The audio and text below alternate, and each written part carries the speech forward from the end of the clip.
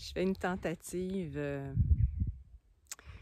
me filmer dans un endroit qui est spectaculaire. Je suis en Andalousie. Puis c'est drôle parce que j'ai découvert dernièrement qu'Andalousie, en espagnol, ça se dit Andalusia.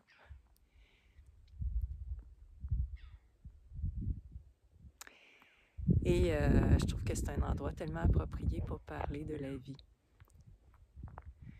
Les mystères de la vie, le sens de la vie, puis l'intelligence de la vie. Les mystères de la vie, ben,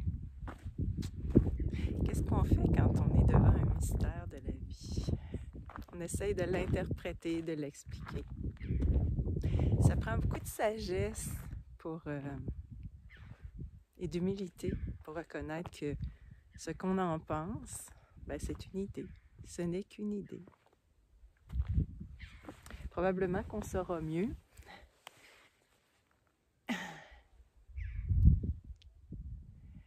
Qu'on saura mieux quand on va passer dans une autre dimension.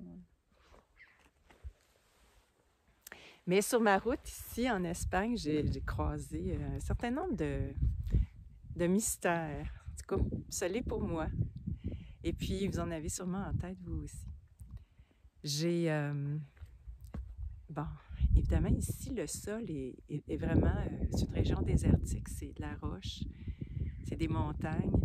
Et poussent sur ce sol très, très pauvre des pins qui sont très généreux. Ils sont pleins de cocottes. Comment est-ce possible? Il y a des plantations d'oliviers, d'orangers aussi.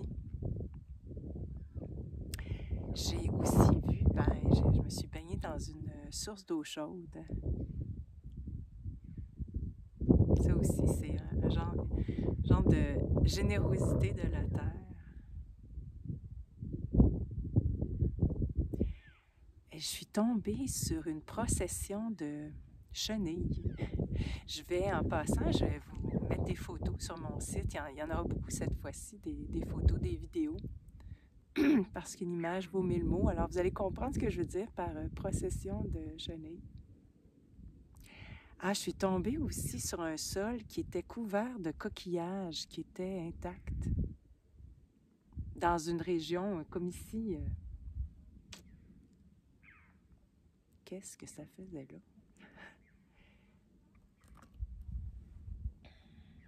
Je reviens aux chenilles. Je me suis vraiment demandé qu'est-ce qu'il y avait en tête parce que la procession, elle se trouvait au milieu d'une route goudronnée. Puis, je ne sais pas où est-ce qu'ils s'en allaient. Où est-ce qu'elles s'en allaient, les chenilles? Je vais essayer de vous montrer un peu.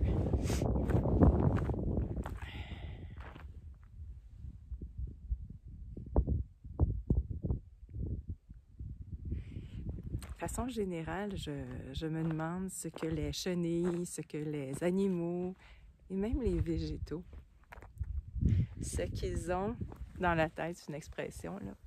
Qu'est-ce qu'ils pensent? Puis, entre autres, quel est le sens de la vie d'un animal ou d'un végétaux? D'une plante, d'un arbre, d'un oiseau? C'est quoi le sens de leur vie? Et l'idée qui m'est venue, parce que c'est juste une idée, une interprétation, c'est que le sens de leur vie, c'est de vivre.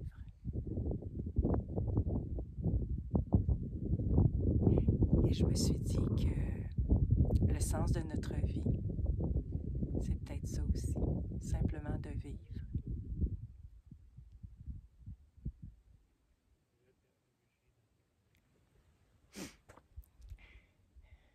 Quand on revient à ça, il se passe quelque chose à l'intérieur de nous. C'est comme si les choses deviennent toutes simples, puis que le jeu de société a moins de prise sur nous.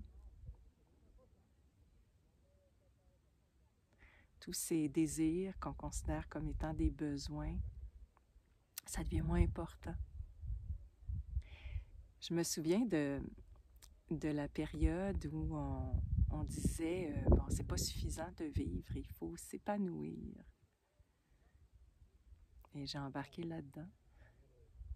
C'est pas vous. Alors, c'était devenu, ou c'est encore, une forme d'obligation pour toute personne qui fait une démarche personnelle d'expérimenter certaines approches. Et c'est particulier parce que c'est paradoxal. Certaines situations, on se met à courir pour être à temps à notre cours de yoga ou notre cours de dessin ou de jardinage. Tout ce qui nous est proposé. C'est pas que c'est mauvais, là, c'est bien, mais c'est la manière dont on y participe, on court, on stresse. Et puis s'épanouir, ça peut faire en sorte qu'on se mette à mal se traiter. Ce que je veux dire, c'est physiquement, qu'on se mette à manger mal ou pas s'intéresser nécessairement à ce qu'on mange, qu'on se mette à mal ou peu dormir.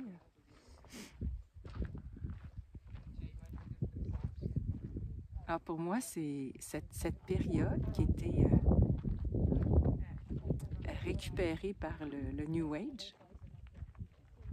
D'ailleurs, je me rends compte que tout mouvement positif peut être récupéré et devenir une forme d'opposition contrôlée du jeu de société pour nous garder dedans.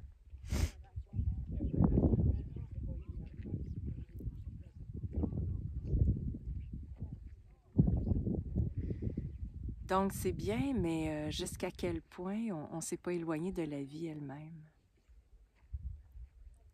en passant tout notre temps à faire ce qu'on nous dit de faire, dans le fond, à travailler, puis le soir à courir à nos cours ou accompagner les enfants à tout ce qui est offert, être tout le temps occupé. Et s'éloigner de la vie elle-même. Et justement, l'intelligence de la vie, c'est l'aboutissement de ma réflexion actuelle.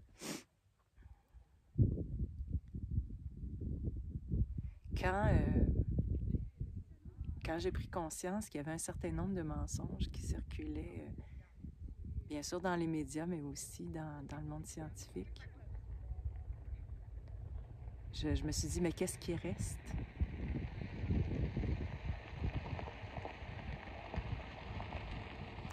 Ben, il reste la vie, il reste un intérêt nouveau qu'on peut avoir pour la vie elle-même, pour cette intelligence de la vie qui s'exprime à travers la nature, à travers ce qu'on peut observer de beau, d'extraordinaire. Chaque être vivant a un métabolisme, c'est-à-dire une orientation vers la vie, une forme de retour constant à l'équilibre. Puis quand on observe la vie,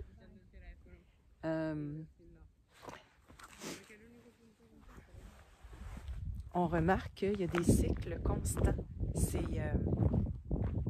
Ça ne correspond pas tout à fait à la théorie de l'évolution qu'on enseignait à l'école. Des cycles constants, sans début ni de fin. C'est le même dans la nature, c'est le même le jour et la nuit. Bien sûr, il y a des morts, puis une renaissance tout le temps.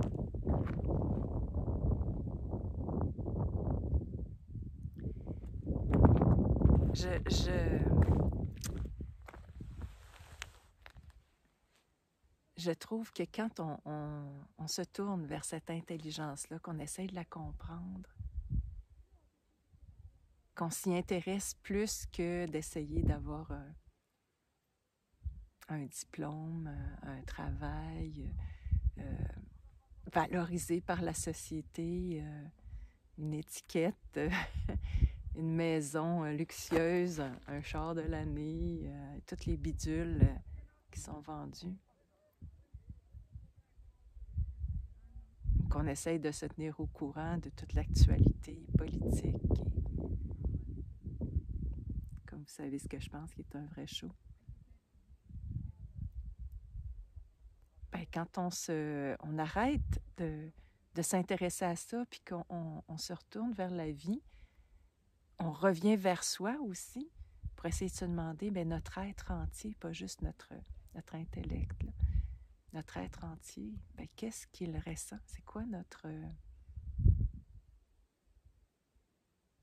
c'est quoi le sens de notre vie, comme je disais tantôt, mais c'est quoi aussi cet être qu'on est et cette connexion qu'on peut avoir avec la nature, avec les êtres vivants qui nous entourent.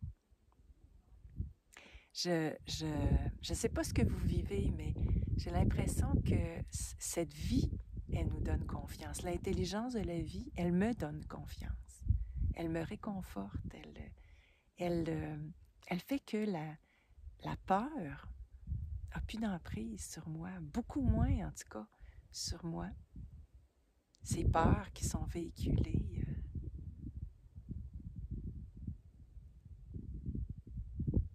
Même j'allais dire, les drames existentiels. C'est vrai que quand on vieillit, on apprend aussi que pas prendre la vie trop au sérieux. Comme disait Bernard de Fontenelle, on n'en sortira pas vivant de toute façon.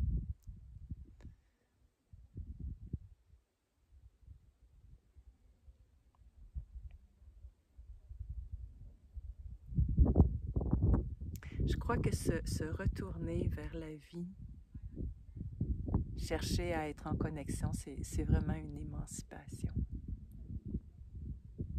Et ça fait du bien.